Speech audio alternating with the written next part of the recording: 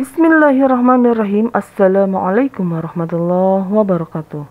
Jumpa lagi dengan channel Doa 69. Saya doakan untuk kalian semuanya yang lagi menyimak channel Doa 69, sehat walafiat, panjang umurnya, banyak rezekinya, diampuni segala dosa-dosanya, dan kelak di akhirat menjadi penghuni surganya Allah Subhanahu wa Ta'ala. Amin, Allahumma amin. Salawat serta salam semoga tetap tercurahkan kepada junjungan kita, yakni baginda Rasulullah Sallallahu Alaihi Wasallam. Allahumma salli ala Sayyidina Muhammad wa ala ali Sayyidina Muhammad. Sahabat Doa 69, setelah seharian beraktivitas, tidur menjadi cara yang paling efektif untuk beristirahat baik secara fisik maupun mental.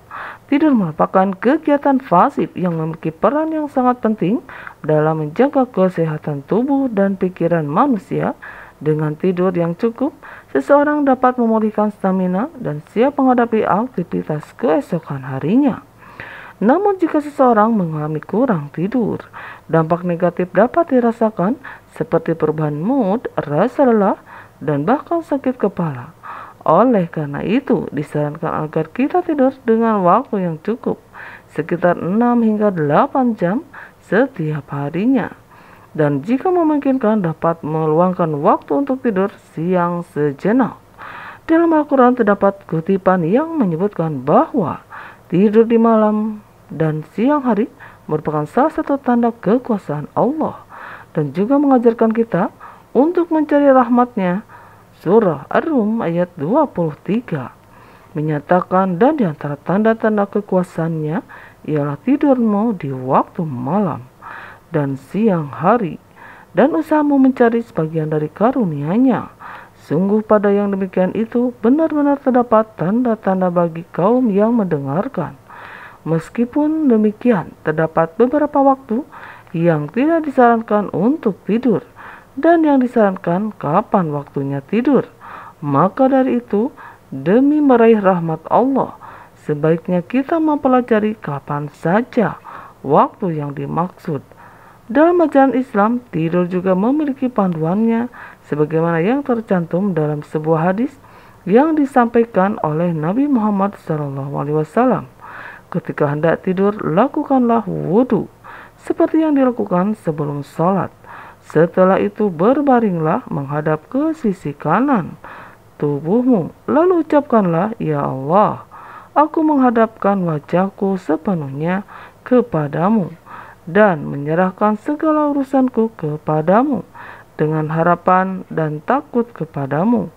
Tidak ada tempat berpaling dan tempat berlari darimu kecuali hanya kepadamu. Ya Allah, aku beriman kepada kitabmu yang engkau turunkan dan kepada nabimu yang engkau utus. Dengan begitu, jika kita meninggal dalam tidur, kita akan meninggal dalam keadaan fitrah. Rutinitas tidur kita bisa berpola atau berulang-ulang pada waktu yang sama.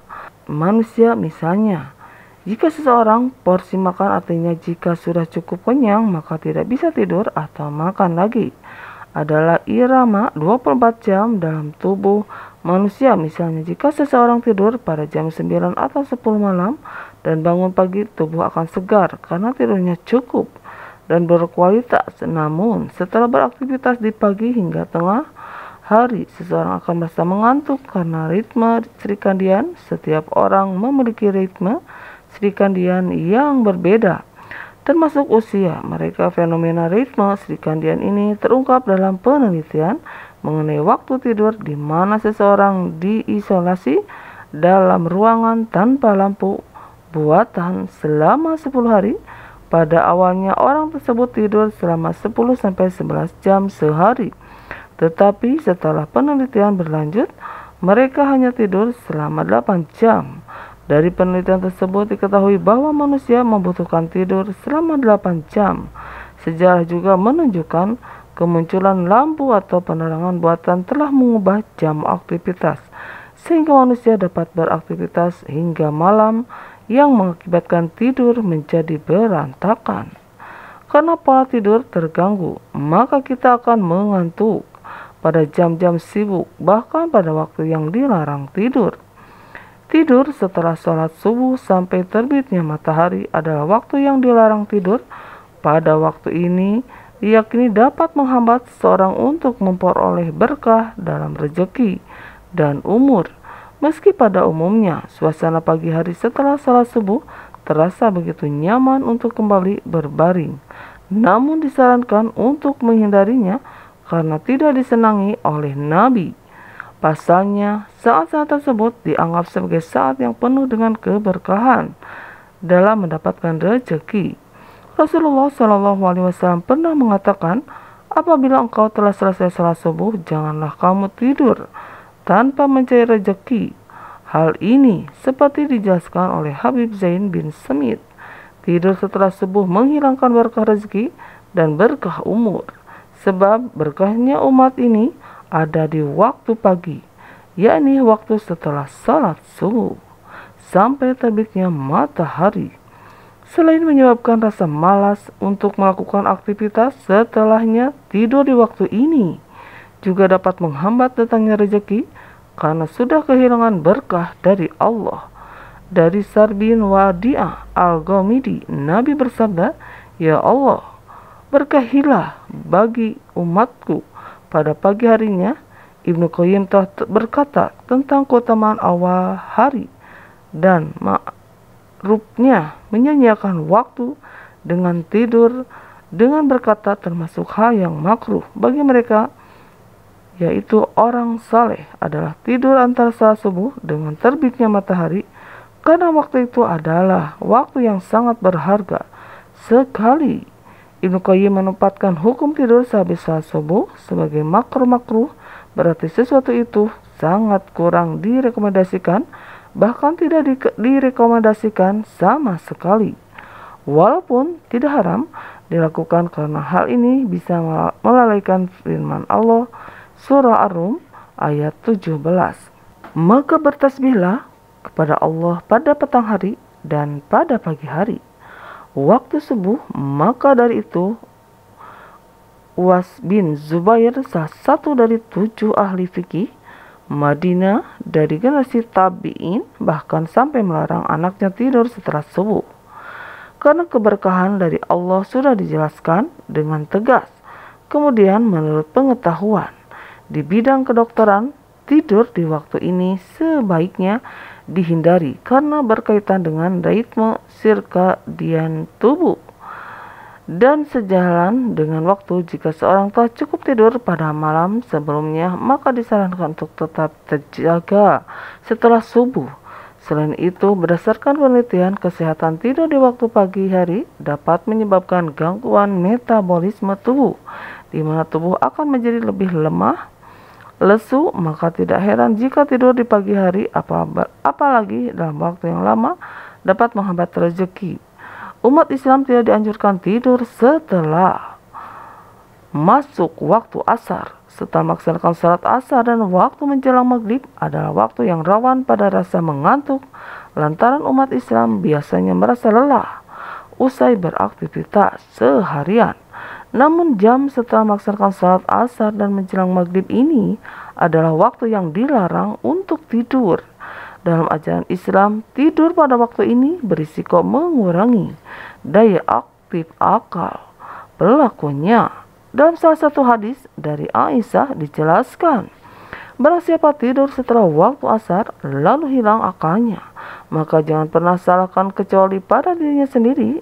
Meski para ulama menghukumi hadis ini sebagai hadis dhaif, namun hadis ini masih relevan dalam konteks fadl al-amal atau perbuatan keutamaan menurut cerita dari Habib Zain bin Smith. Suatu ketika ada seseorang yang meragukan penjelasan dari seseorang pendakwah mengenai resiko tidur setelah waktu asar. Dia pun tertarik untuk mencari kebenaran lalu memutuskan untuk tidak mencoba tidur setelah sholat asar, dengan harapan dapat membuktikan apakah tidur pada waktu tersebut benar-benar membawa risiko yang dapat menyebabkan seseorang menjadi gila. Dengan tekad yang bulat, orang tersebut menjalankan salat asar dan kemudian merebahkan tubuhnya untuk tidur. Ia pun tertidur dengan pulasnya dan tak menyadari waktu berlalu hingga ia terbangun saat tengah malam telah tiba. Setelah terbangun, ia langsung bergegas pada pendakwah tadi untuk komplain. Engkau pernah berkata, kalau tidur setelah asar mengakibatkan gila atau hilangnya akal. Lihat aku tidur setelah asar dan aku sama sekali tidak merasa gila. Pendakwah tersebut menjawab dengan senyum dan penuh ketenangan. Apakah ada perilaku orang gila yang lebih hal ini engkau datang menuju rumah seseorang pada saat dini hari, sedangkan orang-orang dalam keadaan tidur? Orang yang komplain tersebut diam seketika. Ia pun membenarkan ucapan pendakwah tersebut dengan penuh rasa malu. Memang jika kita rasakan sendiri, setiap pertama kali kita tidur di waktu sore, ternyata waktu asar akan merasa kebingungan setelah bangun dari tidur. Bahkan ada sebagian orang yang mengalami gangguan kejiwaan serius setelah tidur di waktu asar, karena hal ini dilakukan selama 40 waktu berturut-turut. Sementara itu, menurut pengetahuan kedokteran, pada saat asar juga tidak dianjurkan untuk tidur, karena pada malam harinya sudah cukup tidur dengan kualitas baik. Saat waktu asar ini adalah saat dimana tubuh masih segar, vitalitas juga sedang meningkat ketika berpuasa atau tidak sedang mengkonsumsi makanan pada jam-jam makan siang.